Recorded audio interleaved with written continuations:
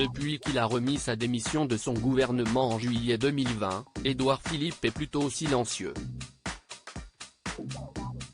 À la fin de cette semaine pourtant, il livrera son point de vue vis-à-vis de la réforme des retraites d'Elisabeth Borne, qui s'apprête à présenter son texte ce mardi 10 juillet.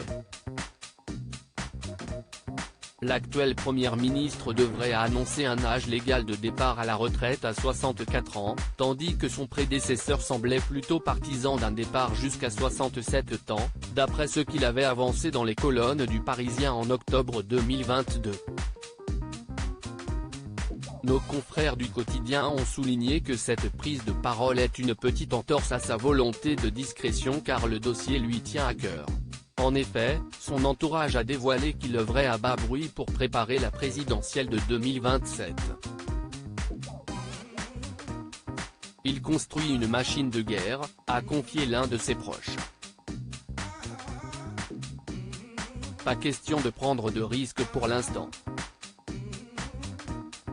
L'ancien Premier ministre attend de savoir si le fait d'être perçu comme l'héritier de Macron sera un avantage ou un inconvénient, explique le quotidien. Pour l'instant, Édouard Philippe n'a donc pas intérêt à bouger, a continué ce proche. Il verra alors s'il se positionne plutôt en macronien ou plutôt en héros de la droite. En attendant, Édouard Philippe mise plutôt sur le terrain et les élus. Il s'est rendu à Kiev en décembre dernier et il s'apprête à sillonner la France du Nord à la Charente, pour la législative partielle de fin janvier.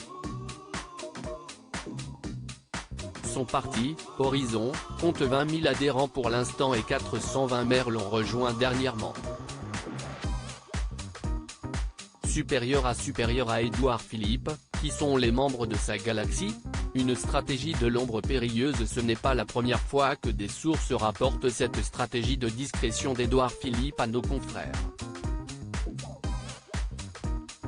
Le 16 décembre dernier, un cadre d'Horizon s'exprimait dans leur colonne au sujet des ambitions du chef de son parti pour 2027, Édouard ne veut pas qu'on parle, en général.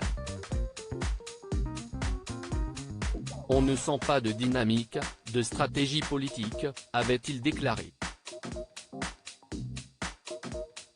À pas de velours, le maire du Havre rencontre un maximum de gens, comme ce fut le cas de son apparition le 22 novembre dernier au Salon des maires, qui avait tout l'air d'une visite de campagne électorale. Cependant, cette stratégie de l'ombre pourrait être à double tranchant, comme l'avait analysé un macroniste. C'est tout le dilemme d'Édouard Philippe, comment gérer le temps, en envoyant des cartes postales, sans trop en faire non plus pour ne pas lasser? C'est extrêmement difficile. Crédit photo, Bruno Bébert.